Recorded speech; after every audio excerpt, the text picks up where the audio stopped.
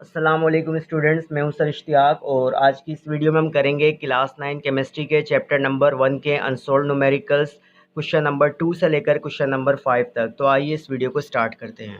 आज हम करते हैं students question number 2 class 9 chemistry का अनसोल्व्ड न्यूमेरिकल्स। क्वेश्चन नंबर 1 मैंने आपको करा दिया था बैलेंस इक्वेशन। आज हम करते हैं क्वेश्चन नंबर 2। क्वेश्चन नंबर 2 में क्या कहा गया है वो हम समझ लेते हैं। हमसे कहा है calculate the formula mass A dot M dot U. हमें फार्मूला मास कैलकुलेट करना है और किस में कैलकुलेट करना है, यहाँ पर यूनिट लिखा हुआ है, यानी जो भी हमारा आंसर आएगा उसके साथ हमें लिखना है A dot M dot U. A dot M dot U का मतलब है एटॉमिक मास यूनिट। किसका मालूम करना है, हमारे पास यहाँ पर चार एक तरह से सब्सटेंस गिवन है, इसका हमें फार्मूला मास मालूम करना है।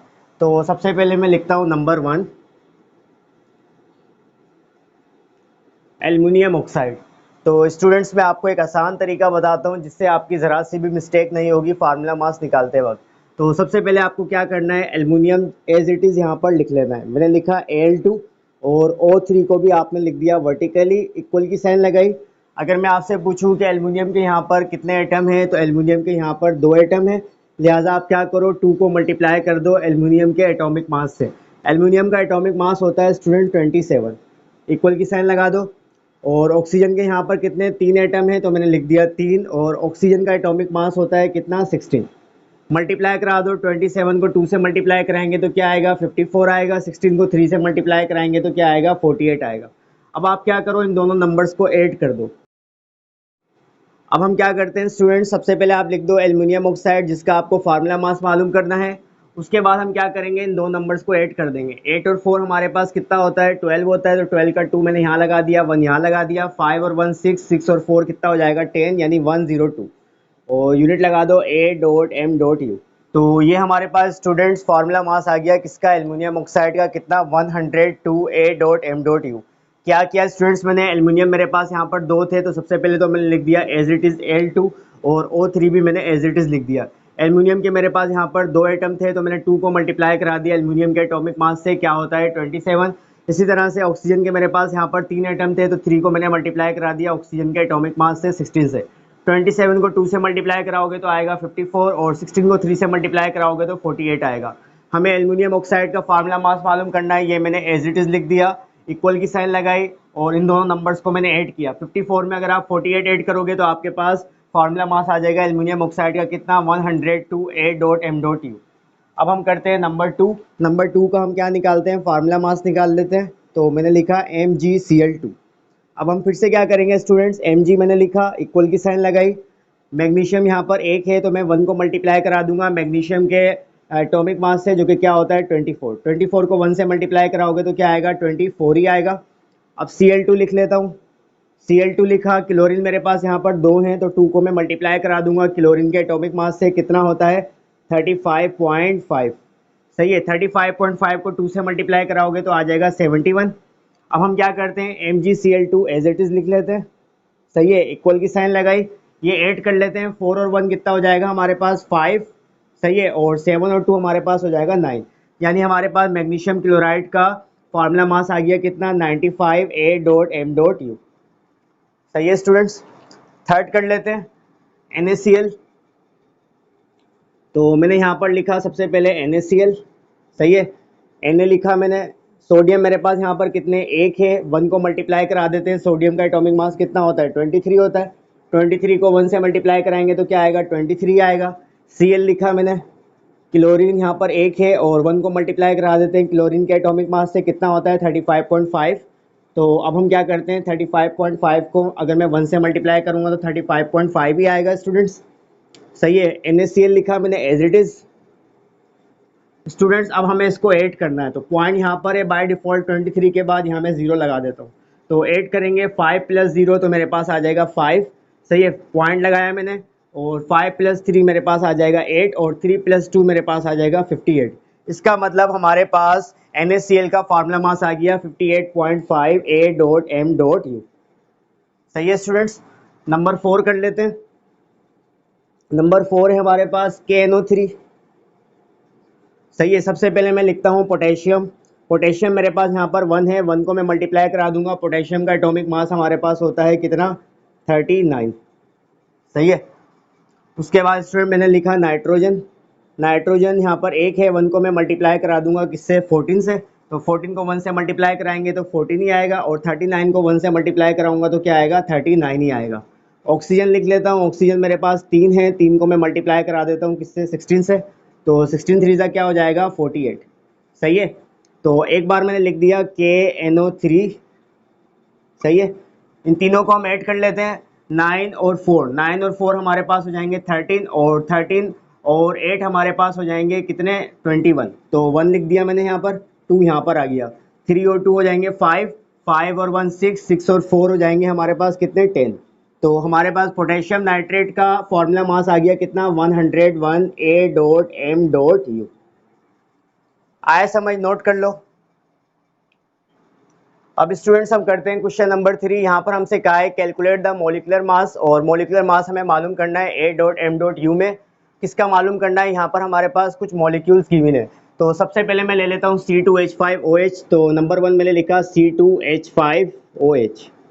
सही है, तरीका वही है जैसा कि हमने फार्मूला मास निकाला था हमने क्वेश्चन नंबर 2 में। तो सबसे पहले मैंने लिखा C2, कार्बन मेरे पास यहाँ पर 2 हैं, तो मैं 2 को मल्टीप्लाई करा दूंगा, कार्बन का एटॉमिक मास होता है कितना, 12, तो 12 2 मेरे पास हो जाएगा कितना, 24। अगर स्टूडेंट्स हाइड्रोजन हम यहाँ पर काउंट करें 5 और 1 6 हैं, तो यहाँ मैंने लिख दिया हाइड्रोजन कितने, 6 लिख दिए। सही है, तो 6 को मैं मल्टीप्लाई करा दूंगा किससे, हाइड्रोजन का एटॉमिक मास 1 होता है, तो 6 1 6 आ जाएगा, 6 को मैंने 06 की फॉर्म में लिख दिया। ऑक्सीजन की अगर हम बात करें तो ऑक्सीजन हमारे पास यहाँ पर 1 है, तो 1 को मैं मल्टीप्लाई करा दूंगा 16 से। सही है, तो 16 1 16। अब हम क्या करते हैं, इन सबको ऐड कर लेते हैं। तो सबसे पहले मैं ये लिख देता हूँ C2H5OH। सही है स्टूडेंट्स, और इसको ऐड कर लेते हैं, 24 और 6 हो जाएंगे 30, और 30 और 16 हो जाएंगे हमारे पास कितने, 46 A.M.U। तो यही इसका आंसर है। और स्टूडेंट्स आपको यहाँ पर कंफ्यूज नहीं होना है, यहाँ पर हाइड्रोजन अगर आप टोटल काउंट करोगे तो यहाँ पर 6 हैं, इसलिए मैंने ऐड करके H और 6 लिख दिया। सही है, लेकिन मैंने आंसर में यही लिखा है जो गिवन था। सही है, क्योंकि आप इसको ऐसे भी लिख सकते हो ना, C2 हाइड्रोजन कितने 6 हैं, तो H6O, लेकिन हमें जो गिवन है हमें उसी फॉर्म में लिखना है। सेकंड देख लेते हैं, वाटर का हमें क्या करना है, मॉलिक्यूलर मास मालूम करना है, तो मैंने लिखा H2O। सही है, H2 लिखा मैंने, हाइड्रोजन मेरे पास यहाँ पर 2 हैं, 2 को मैं मल्टीप्लाई करा देता हूँ, हाइड्रोजन का एटॉमिक मास क्या होता है, 1, तो 2 1 2। ऑक्सीजन मैंने लिखा, ऑक्सीजन मेरे पास 1 है, 1 को मैं किससे मल्टीप्लाई करा दूंगा, 16 से, तो 16 1 क्या हो जाएगा, 16। अब हम क्या करते हैं, ऐड कर लेते हैं इन दोनों नंबर को। 16 में अगर मैं 2 ऐड करूंगा तो क्या आएगा, 18 A.M.U। तो यही इसका आंसर है।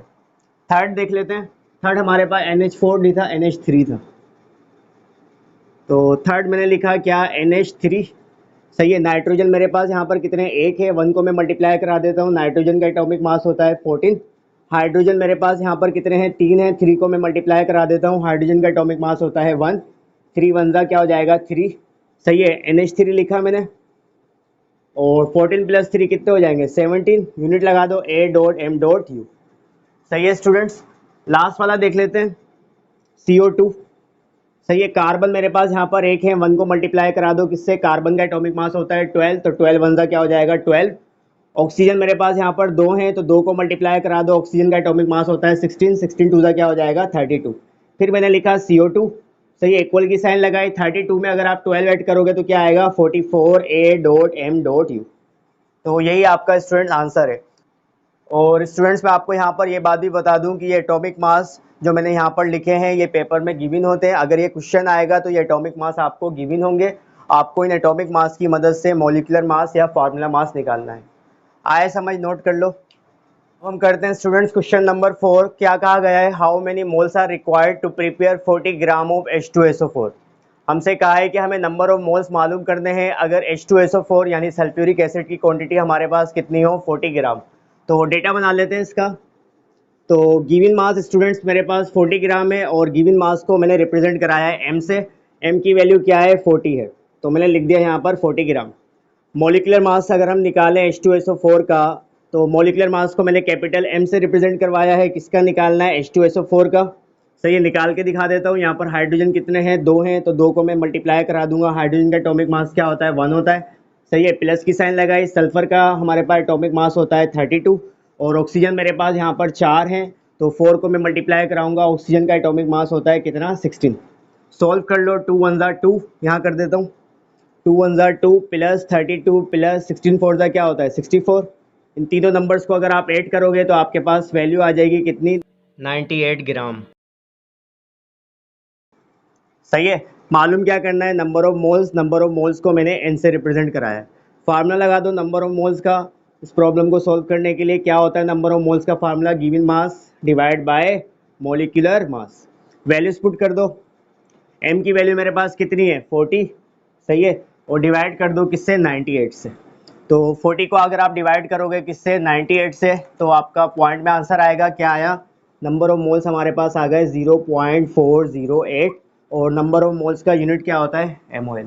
तो स्टूडेंट्स बहुत आसान है, गिवन मास आपके पास है, मॉलिक्यूलर मास आपने निकाला, गिवन मास को डिवाइड कर दो मॉलिक्यूलर मास से तो नंबर ऑफ मोल्स आ जाएंगे। आया समझ, नोट कर लो। अब हम करते हैं students question number 5। Question number 5 हमारे पास क्या है, calculate the number of moles and number of molecules present in 16 gram of carbonic acid 20 gram of C6H12O6। हमसे कहा है कि हमें नंबर ऑफ मोल्स और नंबर ऑफ मॉलिक्यूल्स मालूम करने हैं। किसके मालूम करने हैं, दो पार्ट्स हैं न्यूमेरिकल के। ए पार्ट में हमसे कहा है कि अगर हमारे पास H2CO3 की क्वांटिटी हो 16 ग्राम, और दूसरे में हमारे पास है कि हमारे पास C6H12O6 की क्वांटिटी हो कितनी 20 ग्राम। तो सबसे पहले हम ए पार्ट सॉल्व कर लेते हैं। तो स्टूडेंट 16 ग्राम ऑफ H2CO3, तो डेटा बना लेते हैं हम इसका। गिवन मास हमारे पास कितना है 16 है, गिवन मास को मैंने m से रिप्रेजेंट करवाया है, कितनी वैल्यू है 16 ग्राम। सही है। मॉलिक्यूलर मास निकाल लेते हैं किसका, कार्बोनिक एसिड का यानी H2CO3 का। सही है, कैसे निकालेंगे, हाइड्रोजन मेरे पास यहाँ पर 2 हैं, 2 को 1 से मल्टीप्लाई करा दिया, प्लस की साइन लगाई। कार्बन का एटॉमिक मास होता है 12। ऑक्सीजन मेरे पास 3 है, 3 को मैंने बाहर रखा, और ऑक्सीजन का एटॉमिक मास होता है 16। सही है, सॉल्व कर लो इसको। 2 1 2 प्लस 12 और प्लस 16 3 क्या होता है 48, और 12 और 2 हो गए 24, और 48 के अंदर अगर आप 24 ऐड करोगे तो क्या आ जाएगा आपके पास, 8 और 4 आपके पास 2, 4 और 1 5 6 7। तो आपके पास एटॉमिक मास यानी मॉलिक्यूलर मास आ गया H2CO3 का कितना 72 ग्राम। और स्टूडेंट्स यहाँ पर नंबर ऑफ मॉलिक्यूल्स भी मालूम करने हैं। तो मैंने आपको बताया था जब भी नंबर ऑफ मॉलिक्यूल्स का जिक्र आया इसका मतलब एवोगैड्रोस नंबर की वैल्यू हमें पता होती है। तो मैंने डेटा में लिख दिया 6.02 मल्टीप्लाई बाय 10 की पावर 23। मॉलिक्यूल्स मालूम करने हैं तो आप यहाँ क्या लिख दो, मॉलिक्यूल्स लिख दो। सही है। और नंबर ऑफ मोल्स मालूम करने हैं, नंबर ऑफ मोल्स को मैंने एन से रिप्रेजेंट करवाया है, और नंबर ऑफ मॉलिक्यूल्स मालूम करने हैं, नंबर ऑफ मॉलिक्यूल्स को मैंने कैपिटल एन से रिप्रेजेंट करवाया है। सॉल्यूशन देख लेते हैं हम इसका। तो सबसे पहले स्टूडेंट्स हम फार्मूला लगाते हैं नंबर ऑफ मोल्स का, क्या होता है given mass divide by molecular mass. सही है। तो गिवन मास मेरे पास कितना है 16 है, और 16 को मैं क्या करूँगा डिवाइड करा दूंगा किससे, मॉलिक्यूलर मास कितना आया था 72। तो 16 को आप डिवाइड करा दो किससे 72 से, तो आपके पास वैल्यू आ गई 0.222, और यूनिट क्या लगा दोगे मोल। सही है स्टूडेंट्स, ये हमारे पास आ गए नंबर ऑफ मोल्स। अब हम क्या करते हैं, अब हम लगाते हैं फार्मूला किसके लिए, नंबर ऑफ मॉलिक्यूल्स के लिए। क्या होता है, नंबर ऑफ मोल्स को मल्टीप्लाई करा दो किससे, एवोगैड्रो नंबर से। सही है। तो n बराबर हो जाएगा किसके, नंबर ऑफ मोल्स हमारे पास कितने आए 0.222 मल्टीप्लाई बाय 6.02 मल्टीप्लाई बाय 10 की पावर 23। अब स्टूडेंट्स हम यहाँ पर क्या करेंगे, 0.222 को 6.02 से मल्टीप्लाई करा देते हैं। तो मैंने 0.222 को मल्टीप्लाई करा दिया 6.02 से, तो मेरे पास वैल्यू आ गई स्टूडेंट्स कितनी 1.3364 मल्टीप्लाई बाय 10 की पावर 23। और मालूम क्या करने थे हमें, मॉलिक्यूल्स।